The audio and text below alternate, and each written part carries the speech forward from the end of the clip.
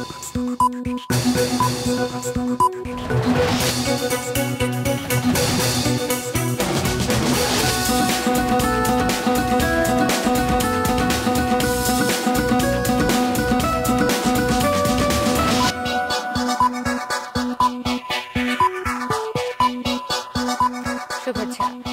দুপুরের মাছরাঙা সংবাদে আপনাদের সঙ্গে আছি সুমাইয়া সাজ্জাদ। শুরুতেই গার্ডিয়ান লাইফ ইন্স্যুরেন্স সংবাদ শিরোনাম।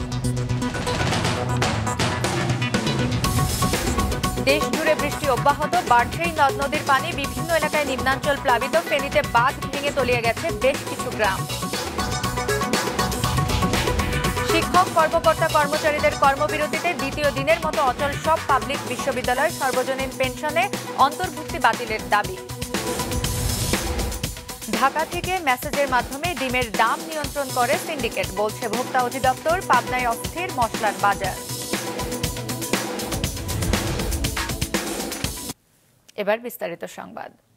বৃষ্টি ও পাহাড়ি ঢলে সুনামগঞ্জ, সিলেট, ফেনী ও নেত্রকোনা সহ বিভিন্ন জেলার বেশ কয়েকটি নদ নদীর পানি বইছে বিপদ সীমার উপর দিয়ে। প্লাবিত হয়ে পড়ছে নতুন নতুন এলাকা। পানির তোড়ে মুহুরী ও কহুয়া নদীর 3টি বাঁধ ভেঙে ফেনীর ফুলগাজী ও পরশুরামের 4টি গ্রাম প্লাবিত হয়েছে।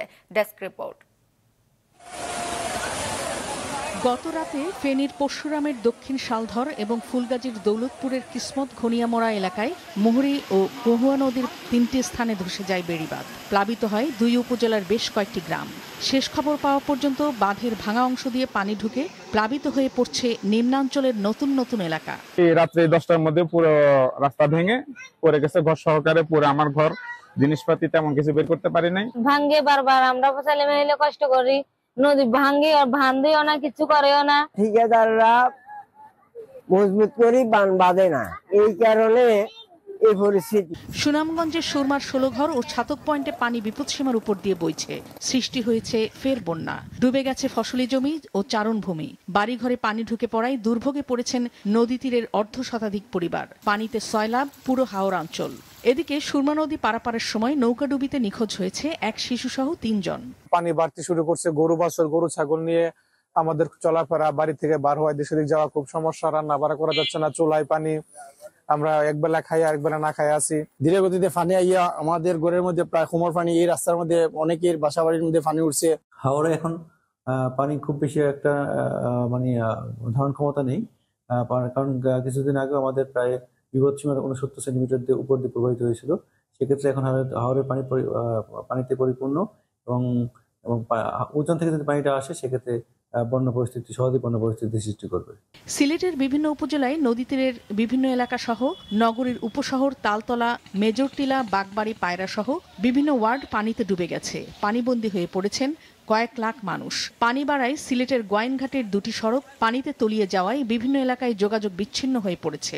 ভারত থেকে নেমে আসা পাহাড়ি ঢলে পিয়াইন নদী, সারি এবং গোয়াইন, এর মধ্যে 3টি নদীর পানির যে উচ্চতা সীমা সেটি বৃদ্ধি পাচ্ছে। গতকাল চেরাপুঞ্জিতে 313 মিলিমিটার বৃষ্টিপাত হয়েছে এবং এর প্রভাব আজকে ব্যাপকভাবে এখানে পড়েছে। নেত্রকোনার উদ্ভাখালী, সোমেশ্বরী, কংস, ধনু ও মগরা সহ সব নদ নদীর পানি বেড়ে বিপদসীমা ছুঁই ছুঁই। জেলার কলমাকান্দা উপজেলা সদর, বরখাপন, পোগলা ইউনিয়নের বেশ কিছু এলাকায় পানি ঢুকেছে। পানি ঢুকছে মদনমোহনগঞ্জ ও খালিয়াজুড়ির বিভিন্ন নিচু এলাকাতেও। ডলে পানি থেকে আবার রাস্তাঘাট ডুবে গেছে। আগে একবার পানি উঠছে, উঠতে আবার নামছে। এভাবে যদি বৃষ্টি হয় আবার রাস্তা বাড়িতে পানি উঠবে। বাড়ি যাওয়ার রাস্তা বন্যায় বৃষ্টিতে তলে হয়ে গেছে, বন্যা হওয়ার সম্ভাবনা আছে বেশি। এদিকে লালমনিরহাটে তিস্তা ব্যারেজ পয়েন্টেও পানি বইছে বিপদসীমার উপর দিয়ে। পানি নিয়ন্ত্রণে ব্যারেজের 44টি জলকপাট খুলে দিয়েছে পানি উন্নয়ন বোর্ড। আকস্মিক পানিতে ডুবে গেছে জেলা সদর, পাটগ্রাম, হাতীবান্ধা, কালীগঞ্জ ও আদিতমারি উপজেলার প্রায় 1/2 এলাকা। পানিবন্দী হয়ে পড়েছে প্রায় 20,000 পরিবার। তলিয়ে গেছে আমন ক্ষেত, গবাদি পশু নিয়ে চরম বিপাকে পড়েছেন মানুষ। গাইবান্ধার তিস্তা, যমুনা, ব্রহ্মপুত্র ও ঘাঘট নদীর পানি বেড়েছে। জেলার সুন্দরগঞ্জের বেলকা, হরিপুর, লখিয়ারপাড়া, তারাপুর, কাপাসিয়া, লালচামার, পোড়ারচর সহ অন্তত 15টি চরের নিচু এলাকা পানিতে ডুবে গেছে। রাঙ্গামাটির মাচালং, গঙ্গারাম বাজার ও বাঘাইহাট সড়ক পানিতে তলিয়ে যাওয়ায় সাজেকে আটকা পড়েছে 6 শতাধিক পর্যটক। নাদিয়া আফরিন, মাছরাঙা নিউজ ডেস্ক। দর্শক, কিছুক্ষণ আগে সিলেট, সুনামগঞ্জ ও ফেনী থেকে বন্যা পরিস্থিতির খবর জানিয়েছেন সহকর্মীরা। কোম্পানিগঞ্জ, গোয়াইনঘাট, জৈন্তাপুর এসব এলাকার নিম্নাঞ্চল প্লাবিত হয়ে আছে। এসব এলাকা কিন্তু আগ থেকেই প্লাবিত ছিল। দ্বিতীয় দফের বন্যার পানি এসব এলাকার নিম্নাঞ্চল কিন্তু প্লাবিত হয়েছিল, কিন্তু পরে আস্তে আস্তে কিন্তু পানি নামতে শুরু করছিল। কিন্তু আবার ভারী বৃষ্টিপাত এবং পাহাড়ি ঢল থাকায় এসব এলাকার পানি কিন্তু বাড়ে এবং এসব এলাকার মানুষ কিন্তু দুর্ভোগে পড়ে। আমি কথা বলেছিলাম গোয়াইনঘাট উপজেলা প্রশাসনের সাথে, তারা বলছেন যে গতকালকে এবং আজকেও এসব এলাকায় বৃষ্টিপাত অব্যাহত রয়েছে। পুরো রাতই কিন্তু মাঝারি থেকে ভারী বৃষ্টিপাত হয়েছে, যার ফলে সুনামগঞ্জের সুরমা নদীর পানি আজ কিন্তু বিপদসীমার 27 সেন্টিমিটার উপর দিয়ে বইছে। পাহাড়ি নদীগুলোতে স্রোত কম থাকলেও সুনামগঞ্জের যে মূল নদী যেটি সুরমা এবং কুশিয়ারাতে কিন্তু প্রবল স্রোত রয়েছে। এখানে মূলত হয় ফ্লাড এখান থেকে নেমে আসা পানি এক সাইডে উঠে আর সাইডে নেমে যায়, এই কারণে বন্যা পানি বেশিক্ষণ থাকে না, কিন্তু বন্যা প্রচুর ক্ষতি করে যায়। এখানে রাস্তাঘাট, মানুষের ঘর বাড়ি, মাছের ঘের সব তলিয়ে যায়। কিছুক্ষণ আগে এখানে পানি সম্পদ প্রতিনিধি হয়েছিল ক্ষতিগ্রস্তদের দেখতে, ক্ষতিগ্রস্ত এলাকা দেখতে।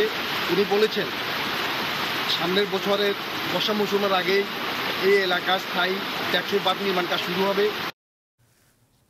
এদিকে আবহাওয়া অধিদপ্তর জানিয়েছে, সক্রিয় মৌসুমী বায়ুর কারণে চলমান বৃষ্টি আরো 4 থেকে 5 দিন থাকবে।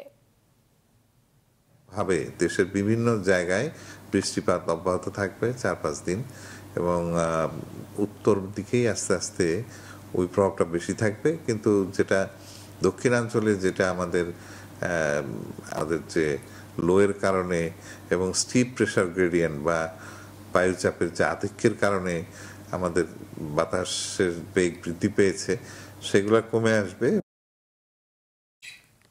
সর্বজনীন পেনশনের প্রত্যয় স্কিমকে বৈষম্যমূলক আখ্যা দিয়ে তা প্রত্যাহারের দাবিতে দ্বিতীয় দিনের মতো কর্মবিরতি পালন করছেন ঢাকা বিশ্ববিদ্যালয় সহ দেশের সব পাবলিক বিশ্ববিদ্যালয়ের শিক্ষকরা।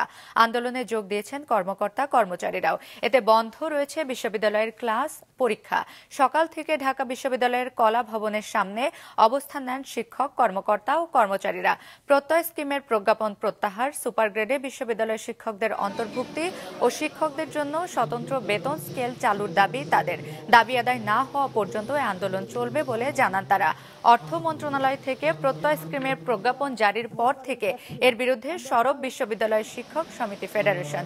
সোমবার থেকে বিশ্ববিদ্যালয়ের ক্লাস, পরীক্ষা সহ দাপ্তরিক সব কার্যক্রম থেকে বিরত রয়েছেন শিক্ষকরা।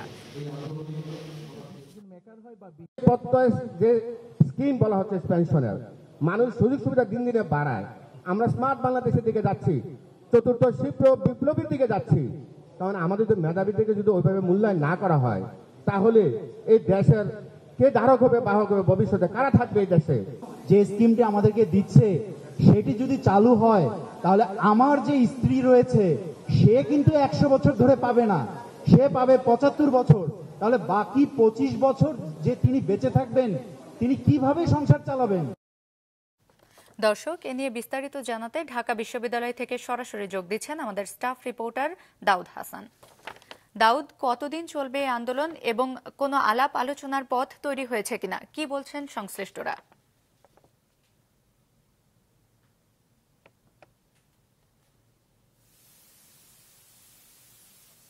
অপেক্ষারত পথচারীদের উপর চালিয়ে দিলে এই দুর্ঘটনা ঘটে।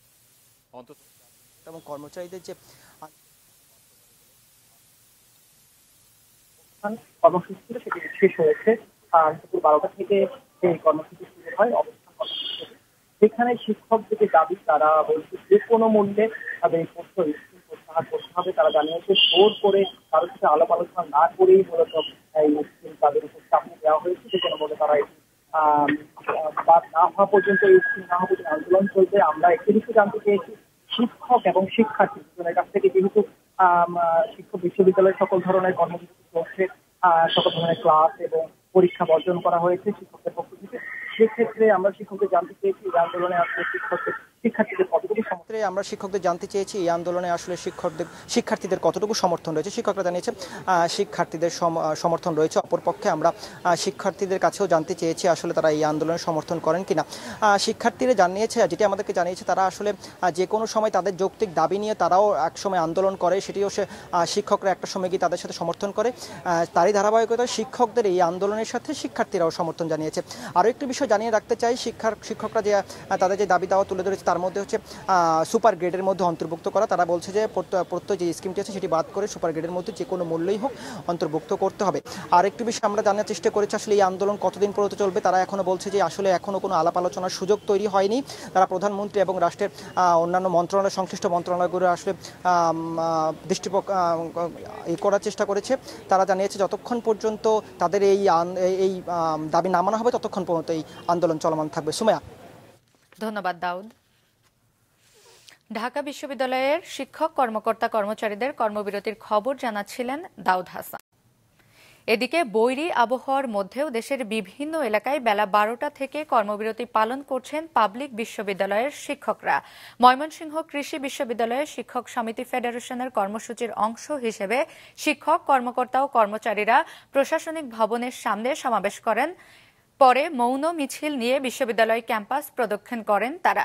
রাজশাহী, রংপুর ও যশোর বিজ্ঞান ও প্রযুক্তি বিশ্ববিদ্যালয় সহ সবকটি পাবলিক বিশ্ববিদ্যালয়ের কর্মবিরতি পালন করায় ক্লাস, পরীক্ষা ও গবেষণা সহ সব একাডেমিক কার্যক্রম বন্ধ রয়েছে।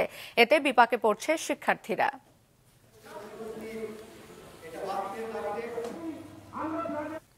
আইন অনুযায়ী প্রতি বছর সরকারি কর্মকর্তা ও কর্মচারীদের স্থাবর ও অস্থাবর সম্পদের হিসাব দাখিলের নির্দেশ দিয়েছেন হাইকোর্ট।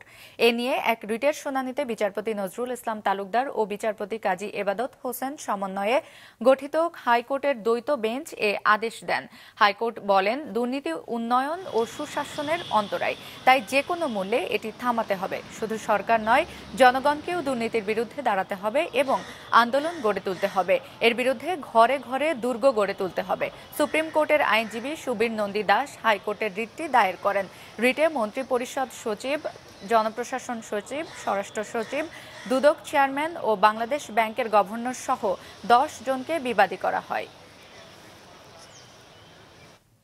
অবৈধ সম্পদ অর্জনের মামলায় পুলিশের সাবেক অতিরিক্ত মহাপরিদর্শক ডক্টর শামসুদ্দোহা খন্দকার ও তার স্ত্রীর বিরুদ্ধে আদালতে চার্জশিট দাখিল করেছে দুর্নীতি দমন কমিশন দুদক।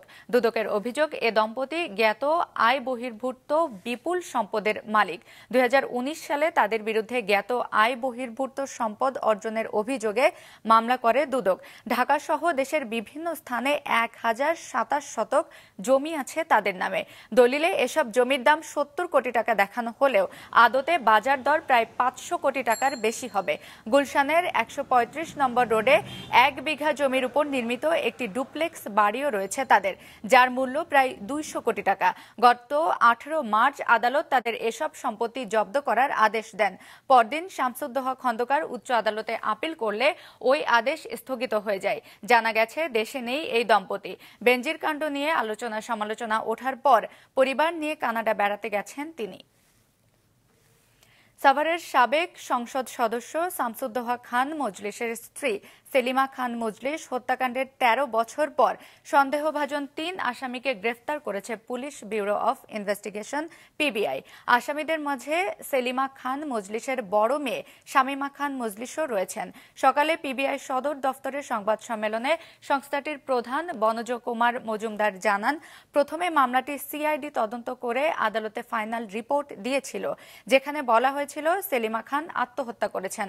পরবর্তীতে 2020 সালে মামলাটি আবার নতুন করে তদন্ত শুরু করে পিবিআই। তদন্তের এক পর্যায়ে এই ঘটনার সঙ্গে সেলিমা খান মজলিসের বড় মেয়ে শামীমা খানের সংশ্লিষ্টতা বের হয়ে আসে বলে দাবি সংস্থাটির। শামীমা খানের সঙ্গে আরেক আসামি সুবল কুমার রায়ের অনৈতিক সম্পর্ক ছিল। এ কারণে শামীমার সহযোগিতায় সুবল কুমার রায় ফল কাটার ধারালো ছুরি দিয়ে গলা ও পেটে আঘাত করে সেলিমা খানকে। পরবর্তীতে সিএমএইচ এ চিকিৎসাধীন অবস্থায় মারা যান তিনি। আমাদের কাছে সবসময় আসছেন সুবল এবং শামীমা খান মজলিস ওরফে পপি, তিনিও উপরে যান মার চিৎকার থামানোর জন্য। তারা দুইজনে রিকোয়েস্ট করেন, মা চিৎকার চেঁচামেচি করা শুরু করেন। তখন পিছন থেকে এই শামীমা খান মজলিস জাপটিয়ে ধরে মাকে। সুবলের ভাষ্য হলো তিনি আতঙ্কিত হয়ে পড়েন। তখন পাশে ছিল একটি ফল কাটা ছুরি, সেই ফল কাটা ছুরি দিয়ে এক পাশে 2 পোজ দেন এবং আর এক পাশে আর একটি পোজ দেন। রাতের আধারে ঢাকা থেকে SMS এর মাধ্যমে ডিমের দাম নির্ধারণ করে একটি চক্র, যা ফৌজদারি অপরাধ জানিয়ে এই চক্র ভেঙে দেওয়ার হুঁশিয়ারি দেন জাতীয় ভোক্তা অধিকার সংরক্ষণ অধিদপ্তরের মহাপরিচালক AHM শফিকুজ্জামান। রাজধানীর কারওয়ান বাজারে ডিম ব্যবসায়ীদের সাথে মতবিনিময় সভায় এসব কথা বলেন তিনি। বলেন, রাজধানীর বিভিন্ন আড়তে একই স্থানে রেখে কাগজে কলমে 3 বার বাড়ানো হয় ডিমের দাম। এর ফলে 10 টাকা 88 পয়সা উৎপাদন খরচের প্রতি পিস ডিম খুচরা বাজারে বিক্রি হয় 14 থেকে 15 টাকায়। যদিও এমন অভিযোগ অস্বীকার করেন ঢাকার পাইকারি ব্যবসায়ীরা। তাদের দাবি, চাহিদার উপর নির্ভর করে দর বাড়ে। আর প্রান্তিক খামারিদের অভিযোগ, আড়তদার আর পাইকাররা ইচ্ছে মতো ডিমের দাম বাড়ায়। তারাই ডিম আটকে রেখে যোগান সংকট দেয়। ফলে চাহিদা আর যোগানের ঘাটতি দেখা দেয়, বেড়ে যায় দাম। এমন অবস্থায় সমন্বিত উদ্যোগের মাধ্যমে ডিমের দাম নিয়ন্ত্রণের দাবি জানান ব্যবসায়ীরা।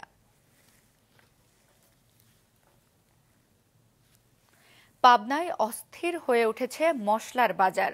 রেকর্ড পরিমাণ পেঁয়াজের উৎপাদন হলেও মৌসুমেও বিক্রি আকাশচুম্বী দামে। ব্যাপকভাবে বৃদ্ধি পেয়েছে আদা, রসুন, কাঁচামরিচ সহ দেশি বিদেশি মশলার দাম। কোরবানির ঈদের আগে এসব পণ্যের দাম বাড়লেও কমার কোনো লক্ষণ দেখছেন না ক্রেতারা। প্রতিনিধি শহীদুল ইসলামকে সাথে নিয়ে উৎপল মির্জার রিপোর্ট। সদ্য বিদায় নিয়েছে পেঁয়াজের মৌসুম। এখনো কৃষকের ঘরেও আছে পর্যাপ্ত পেঁয়াজ। হাট বাজারেও পেঁয়াজের যোগান যথেষ্ট। কৃষি বিভাগের তথ্য অনুযায়ী দেশের অন্যতম পেঁয়াজ প্রধান এ জেলায় এবার আবাদ হয়েছে প্রায় 7.5 লাখ মেট্রিক টন পেঁয়াজ, যা কিনা দেশে মোট চাহিদার প্রায় 1/4। বাংলাদেশের মোট পেঁয়াজ যেখানে 28 লক্ষ মেট্রিক টন চাহিদা, আমাদের এই জেলায় এবছর 7,78,000 মেট্রিক টন পেঁয়াজ উৎপাদন হয়েছে। আমাদের লক্ষ্যমাত্রা চেয়ে 18,000 মেট্রিক টন পেঁয়াজ আমাদের অতিরিক্ত উৎপাদন হয়েছে। অথচ পাবনার বড় বাজারে পেঁয়াজ বিক্রি হচ্ছে কেজি প্রতি 90 থেকে 100 টাকায়। 15 দিনের ব্যবধানে 100 টাকার কাঁচামরিচ বিক্রি হচ্ছে 200 টাকায়, আদা 350 আর রসুন বিক্রি হচ্ছে 250 টাকায়। আজকের পেঁয়াজ গেল লেগা আপনার 90, রসুন গেল লেগা 200, 250, আর আদা গেল 300, 350, মরিচ গেল 200 টাকা কেজি। পেঁয়াজের বাজার, রসুনের বাজার, আদা, কাঁচামরিচ ঈদ আসার আগেও বৃদ্ধি ছিল, এখন ওইভাবেই আছে। কোনো নিয়ন্ত্রণ নাই বাজারে। এলোমেলোভাবে ব্যবসায়িকরা সিন্ডিকেট করে এলোমেলো দামে বিক্রি করতেছে। কুরবানির ঈদে দেশি বিদেশি মশলার দাম বাড়লেও তা এখনো কমেনি। কেজি প্রতি 3,000 টাকার এলাচ বিক্রি হচ্ছে 34 থেকে 4,000 টাকায়। দারুচিনি, লবঙ্গ, গোলমরিচ, কিশমিশ ও জিরা সহ সব পণ্যের দামই বেড়েছে কেজিতে 2 থেকে 500 টাকায়। ঈদের আগে একটা সিন্ডিকেট এই মশলার দাম বাড়িয়েছে। ঈদ চলে গেলেও এখন পর্যন্ত সেই একই অবস্থা আছে। মশলার বাজারটা অনেক বেশি, প্রত্যেকটা জায়গায় মানে ক্রেতারা আসে সব হিমশিম খাওয়া যায়। কোরবানি ঈদের আগে মালের অতিরিক্ত চাহিদার দরুন মালের বাজার মালটার যোগান ঠিক মতো হয় না, যার জন্য মালটার চাহিদা বাড়ার জন্য দামটা বাড়িয়ে যায়। এ মূল্য বৃদ্ধির জন্য খুচরা বিক্রেতারা দুষছেন আমদানিকারক আর পাইকারি বিক্রেতাদের। লবঙ্গ, দারচিনি দাম বেড়ে গেছে, কমতেছে না দাম।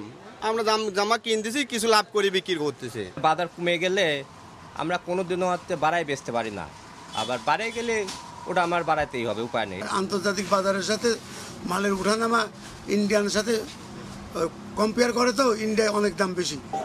মশলা ও মশলা জাতীয় পণ্যের মূল্য বৃদ্ধির জন্য বড় ব্যবসায়ী ও কৃষক সিন্ডিকেটকে দায়ী করছেন ক্রেতারা। উৎপল মির্জা, মাছরাঙা সংবাদ, পাবনা। নারায়ণগঞ্জের রূপগঞ্জ উপজেলার বরপা এলাকায় জঙ্গি আস্তানা সন্দেহে 4 তলা একটি বাড়ি ঘেরাও করে অভিযান চালাচ্ছে পুলিশের বিশেষ শাখা অ্যান্টি টেরোরিজম ইউনিট ATU। দুপুরে 12:30টায় নারায়ণগঞ্জ পুলিশ সুপার গোলাম মোস্তফা রাসেল বিষয়টি নিশ্চিত করেন। এর আগে সকাল 10:30টা থেকেই বাড়িটি ঘিরে রাখে ATU এর সদস্যরা। পুলিশ সুপার জানায়, নারায়ণগঞ্জের রূপগঞ্জের বরপা এলাকায় জঙ্গি আস্তানা সন্দেহে একটি 4 তলা বাড়িতে অভিযান চলমান রয়েছে। অভিযান শেষে বিস্তারিত জানানো হবে। আমরা এই বিল্ডিংটা সকাল 10টার দিকে আমরা ঘেরাও করি, বৃষ্টিতে আমরা কিছুটা বিঘ্নিত হই। আমরা একে একে এই বিল্ডিংটাতে এখন ইভাকুয়েট করতেছি। তাদের রুম কোনটা, সে রুমের কিছু ম্যাটেরিয়ালস থাকার কথা, যেটা আমাদের কাছে তথ্য আছে, কেননা এখানে যে থাকবে সে একজন প্রশিক্ষক এবং সে বোম সংক্রান্ত ব্যাপারে তার একটা এক্সপার্টাইজ রয়েছে বলে আমরা জানি। তো সে প্রিকশনটা রেখেই আমরা মূলত ইভাকুয়েশনটা করতেছি। দুপুরের সংবাদ শেষ করছি। যাবার আগে গার্ডিয়ান লাইফ ইন্স্যুরেন্স সংবাদ শিরোনামগুলো আরও একবার।